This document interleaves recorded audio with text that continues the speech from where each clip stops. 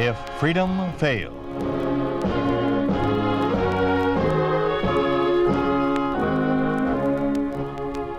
We'd like to take you on a visit to a town that doesn't exist.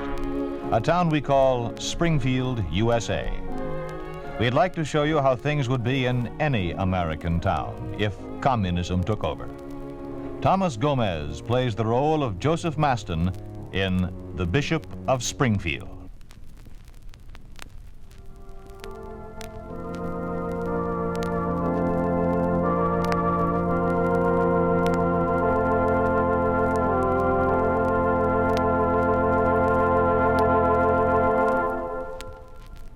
My dear brethren, what doth it profit a man if he gain the whole world and suffer the loss of his soul? From Matthew chapter 16, verse 26. In observing the world of today, there can be little doubt of the significance of this question. When Jesus asked it of Peter, it was a direct question. But we must ask ourselves now if even then, in his infinite wisdom, Jesus did not see a day some thousands of years hence when it could be again asked of a man whose ambitions have dwarfed the plans of Alexander and Caesar. It has been said to us by our rulers that man has no soul, or that if he has, that soul belongs to the state. Hey, somebody shut that guy up. I can't hear the bishop. He's right. Let's throw the coffer out. Yeah, then let's Bishop Masson start all over again. More like it. Why don't you know?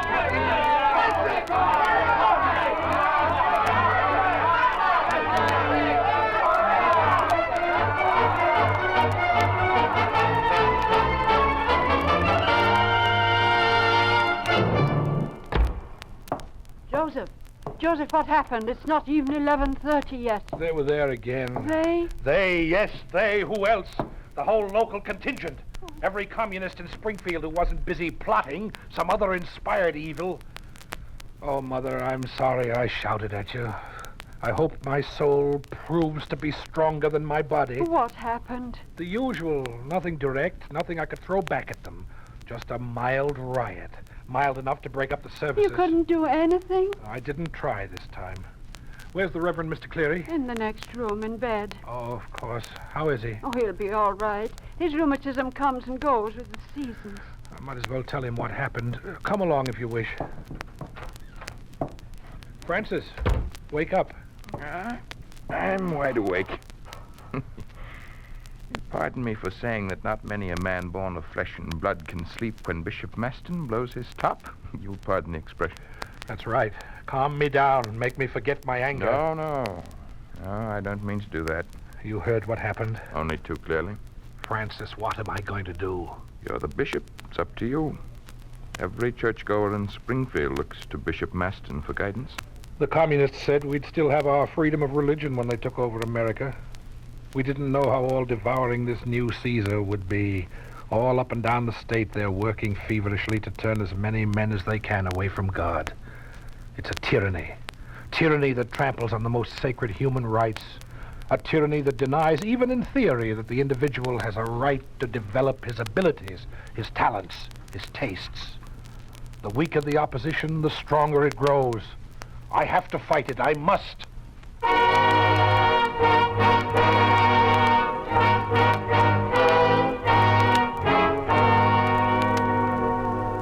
All right, Talbot, tell me about it. Well, I've been assigned to watch the rectory since Tuesday. Yes, I know. Get to the point. Wednesday morning, some people stopped by. You have all their names? Yeah, they've all been checked. There were no party members. Anyway, they were each carrying sacks full of shoes. In the afternoon, there were more, and then ever since then, well, 5 or 10 parties a day have been dropping into the rectory, all of them with more shoes. For what? Poor parishioners, I suppose. How touching. Poor parishioners, you say. Don't be naive. They're for... Hey, the black market. Yes, that's a good one. Maston is collecting shoes to sell on the black market so he can make money to fill his belly.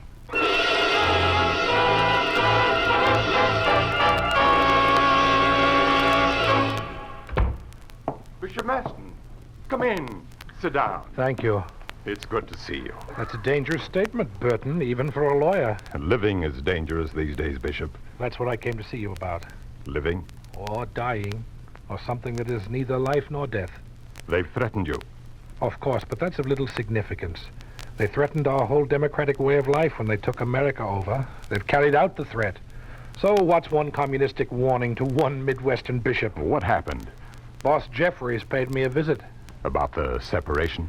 Yes, seems I'm one of the few bishops in this part of the country still fighting the Comintern's proposal that we liberate the church and have it join the communist fold.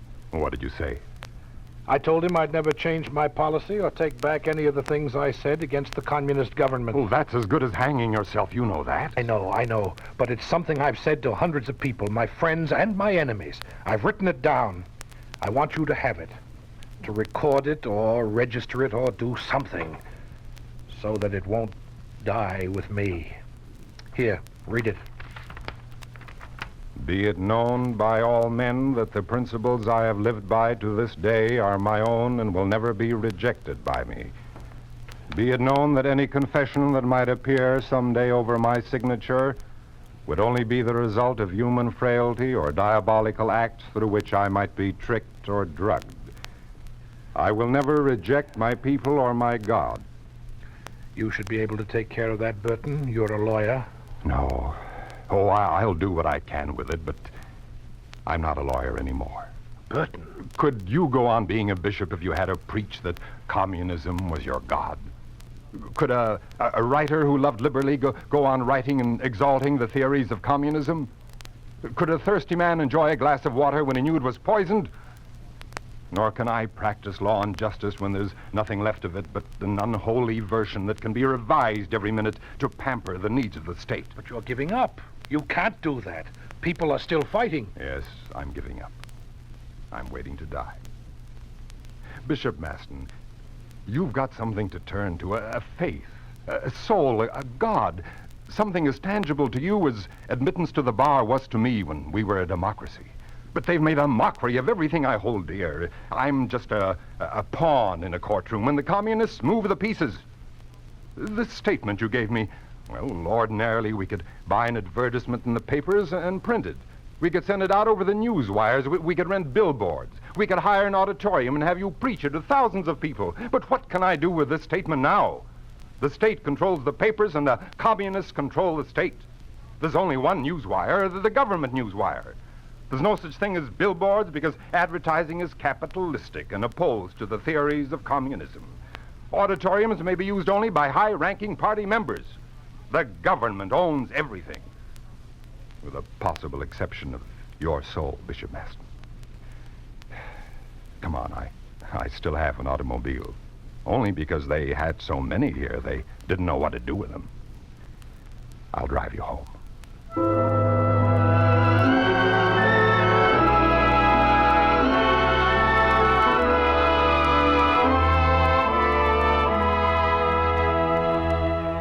Gentlemen, I called you all here on behalf of Mr. Jeffries. The Maston case has come to a head. As you know, we've been exploiting every possibility in order that his church doesn't look up to him as a martyr. We've had little success. The man is remarkably strong and equally stubborn. More drastic steps will have to be taken. Miss Winslow, will you read the memo from Mr. Jeffries? Just the last part. Yes, sir. In view of the situation, I am recommending the formation of a Maston elimination group with you in charge.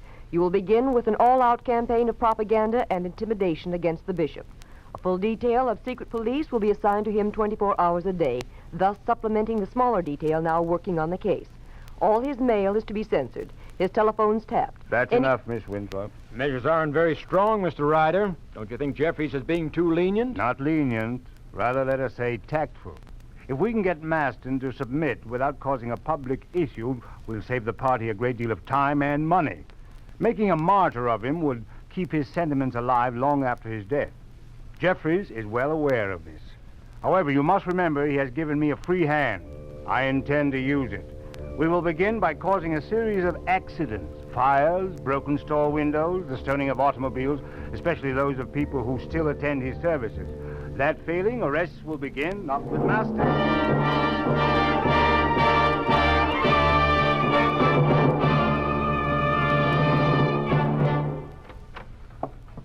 Mrs. Chandler, always nice to see you. Thank you, Bishop. I don't know as how you'll think so after I've had my little say. Nothing you can say will change the Mrs. Chandler I've known for 17 years. We won't be at the services anymore, Bishop. They smashed his store this morning. They threw rocks through the window. Oh, no. Broke the showcases, stole half the merchandise, and then they beat him up. He's in the hospital now. We haven't done anything to aggravate them. Except attend church. Oh, I want to keep attending for the children's sake. To keep the idea of God alive in their mind. But what good is it? They have to attend their school, and since it's been nationalized, any good we try to do is destroyed by the classroom. Bishop, I don't know what to say. Just forgive us and pray for us. Yes, that's one thing they can't take away from us no matter what they do. Prayer. That is, as long as someone keeps the idea of prayer alive. As long as there's someone to keep it alive.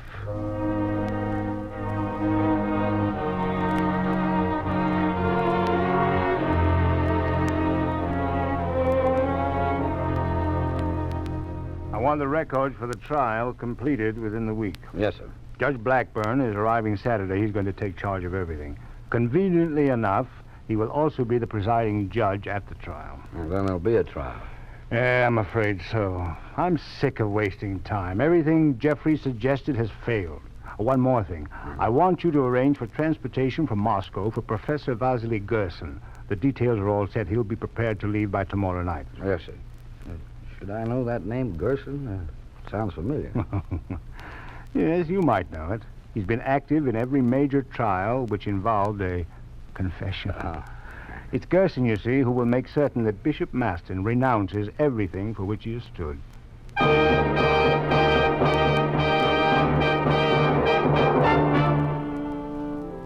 This may be the last time we shall all meet together.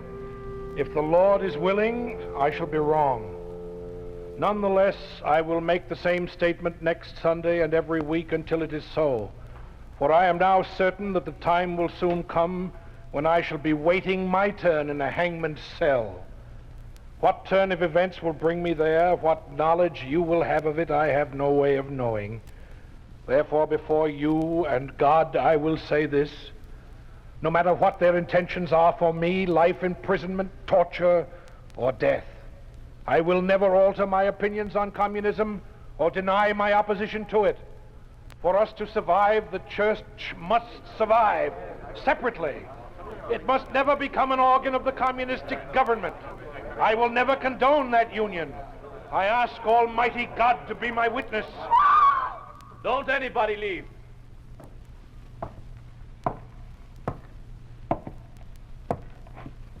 You, up there. Your name? I am Bishop Joseph Maston. You're under arrest.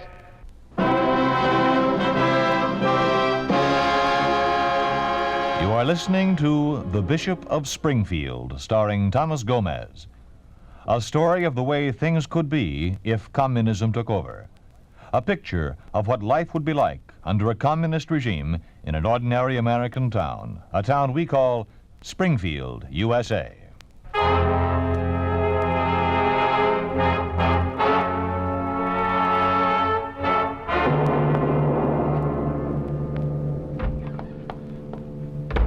Right down here, Mr. Ryder, into the corridor. The door is locked? Open from the outside. You needn't come any further, then. I won't see him alone. Yes, sir. There's a light switch just to the right as you enter. No, I know.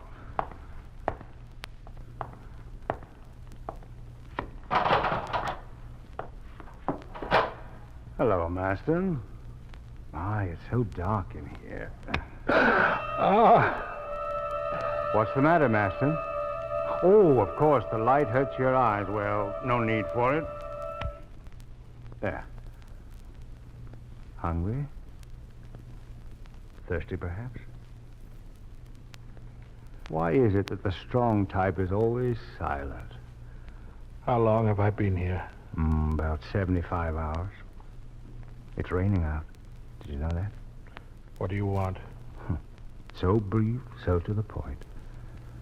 I thought you'd like to make a little conversation. You must be awfully... What do you want? Lonely. All right. I'll tell you what I want. I want to bargain with you. Now, that's a fair enough statement. We try to do things justly. I want to make a trade with you. You give me something, I'll give you your freedom. Freedom? Why are you so afraid of me? Oh, come now, Maston. We may fool most of the people, the masses, but not your kind. Then I've been right all along. The state is making certain that the church doesn't have a new martyr. Of course. Now, about my offer. And before I make it, let me remind you of the last 75 hours, and of the hours, the days, the weeks to come. All right, then. It's this simple. You can go on holding services as long as you wish. Only there will be no more sermons or any public statements. That's the bargain. That's all there is to it. A bargain with God. That's your offer in return for my liberation from this cell. Mr. Ryder, this room is in darkness. You see nothing here. Not these walls, this floor, not me, not yourself. You may as well be blind. But with me, Mr. Ryder, it's different. I've lived in this darkness now for a long time. Ever since the communists took over this country, I've existed in an ominous black cavern far more oppressive than the darkness of this cell.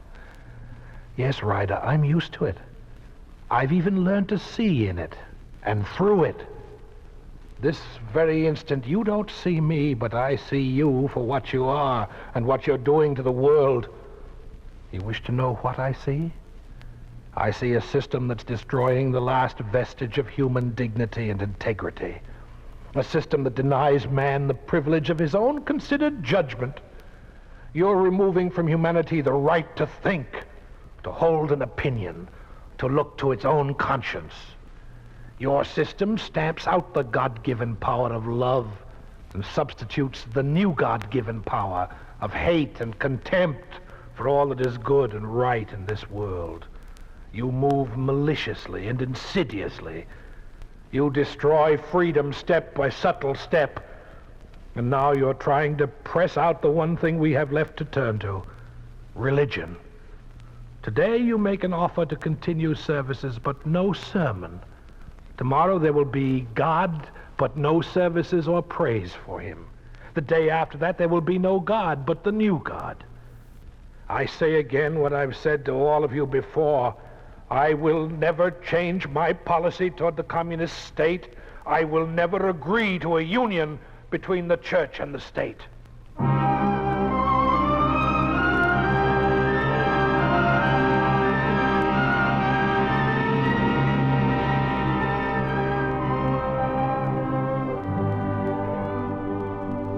You're right through here, Professor Gerson. Good.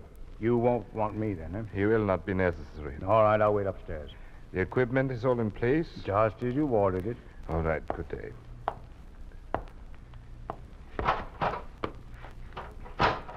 Well, you look very comfortable, Mr. Maston. You like the chair I had placed here and the small light? Who are you? My name is Gerson, Professor Gerson. You've heard of me, Mr. Franklin? Maston. Maston's the name. Huh? Oh, of course. Everybody always says that Professor Kotoff is absent-minded. I guess it's true. Thought you said Gerson. Gerson? No, who's he, a friend? No, you just call yourself Kotov. I thought your name was Gerson. Oh, I see, Mr. Gerson. You thought my name was Maston. Is that right, Franklin? So that's how you work. This is the beginning. Of course. You see what I'm trying to do. You are perfectly normal now, so I am unable to accomplish very much today.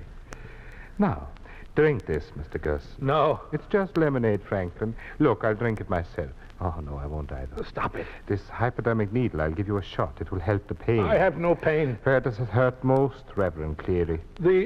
I was thinking of the Reverend Francis Cleary all of a sudden. He has rheumatism. You do, Reverend Cleary.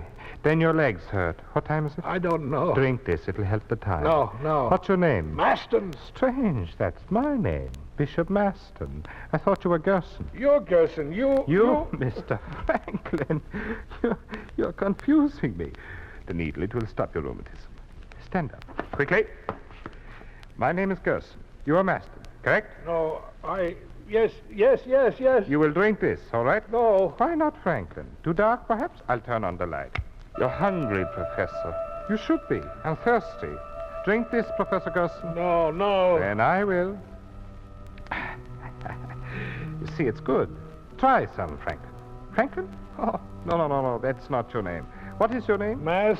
Sit down. Stand. Stay standing. The needle, the hypodermic needle. No, stop it. Father Cleary, why should I stop? What's your name? Master. No. Yes. Sit down. Your arm, Mr. Williamson. Give me your arm. Stop. What time do you think it is? Who are you? I am Bishop Maston. Gerson. I'm Gerson. Bishop Gerson.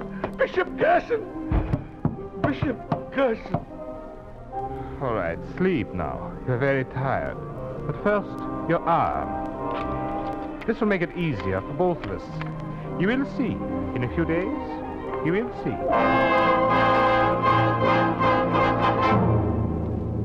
My staff is ready to continue. How's it going? The biodynamic treatment has never failed, Mr. Ryder. You see, there are two drugs, actadron and mescaline. They overstimulate and break down the nervous system to the point where the difference between fact and fancy fades out, and memory becomes so plastic it can be molded by any capable operator. He's a strong man. Yes. The first day I saw him, no food, no sleep for nearly 4 days, yet it was very difficult to confuse him. It's different now. The drugs are taking their effect. If you wish to observe, we can watch. What you will see under your very eyes is a complete transformation of character.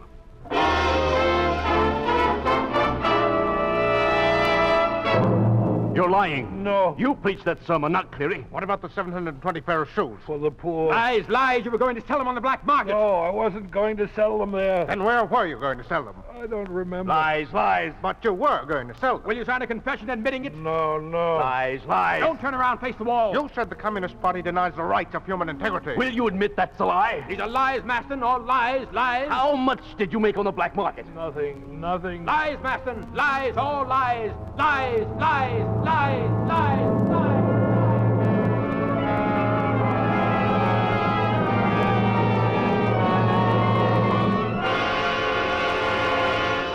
All right, stop it a moment. Spurl, Huh? how long has he been standing? 40 hours, Professor. This is my 4th shift. Bring him a chair. O'Filson? Yes, sir. Coffee, quick. Yes, sir. Sit down, Maston. Give me that, O'Filson. Here you are, Professor. Pour some more. All right, now, Maston. I'll hold your head. You drink this.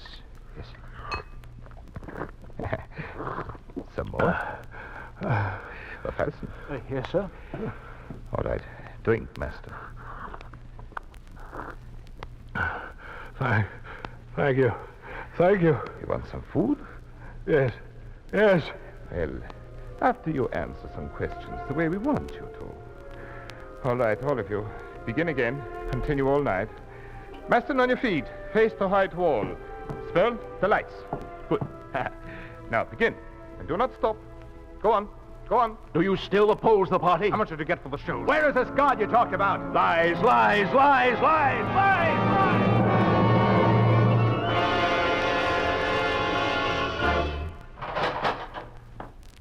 Well, what is it? Why so quiet in here? He passed out, Professor. Well, finally. After 66 hours on his feet, it's no wonder. What happened? Oh, he had 27 cups of coffee, but there was no effect. Last night, his feet and legs began swelling. Must have been pain. He fell down several times. We took off his shoes, asked him some more questions, and about 10 minutes ago, he collapsed. Bring him to at once. Yes, sir. All right, Master. Come on. Wake up. Wake up! Some water. That's enough. He'll be all right. Maston, you're hungry, no? You want something to eat? Food? Eat. What do you want of me? It's come. He's broken. He'll do anything I tell him now. Get the letter. It's right here, Professor. Listen to this, Maston. We just want you to sign it, and then we let you rest for a few days. It only says, what you have already admitted in this room. Now listen. I wish to lessen the present tension. Is that true, Maston? Yes, yes. I voluntarily admit that in principle I committed the acts in the indictment. Correct, Maston? After nearly 40 days of constant meditation, I consider that an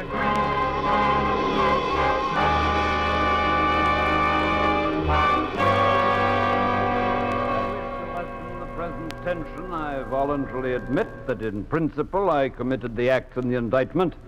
After nearly 40 days of constant meditation, I consider that an agreement between church and state is necessary. I hereby willingly declare, free from pressure, of course, that I am willing to withdraw from the exercise of my duties for a time, signed Bishop Joseph Maston. This confession was given to the court this morning to be read before the beginning of the trial. Will the clerk call Joseph Maston to the stand? Joseph Maston, take the stand. Place your hand on the book. Do you, Bishop Joseph Maston, by this manifesto of the people's will, agree to tell the entire truth before the people and the almighty state? I do. Bishop Maston, did anyone force you to make your confession? No. All right, then how do you account for your firm attitude previous to this trial and the letter to the clergy of this state in which you mentioned you would never renounce your opposition to our communist state? I want to say that I see things differently now. I regret my error. I want the letter and all the things I said to be considered null and void. You offer no defense of your past actions, then? None whatsoever. If I collided with the laws of communism, I regret it. I am sure, while remaining faithful to basic principles, I would do certain things differently in the same situation today. I have never been the enemy of the American people. I have no quarrel with the workers or with the people to whom my family belongs. I can say no more, except to repeat that I regret my error. This court is satisfied with your confession.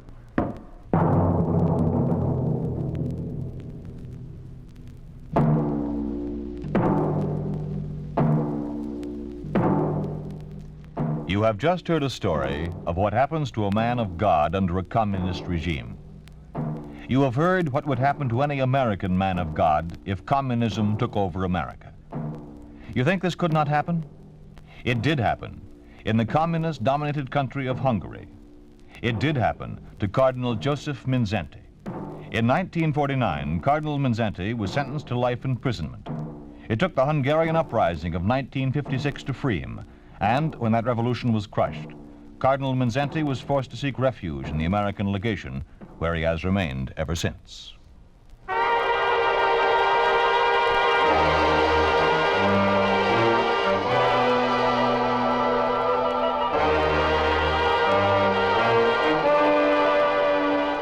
You've been listening to If Freedom Failed, starring Thomas Gomez as the Bishop in The Bishop of Springfield. Sergeant Lloyd Ayers speaking. This program has come to you through the worldwide facilities of the United States Armed Forces Radio and Television Service.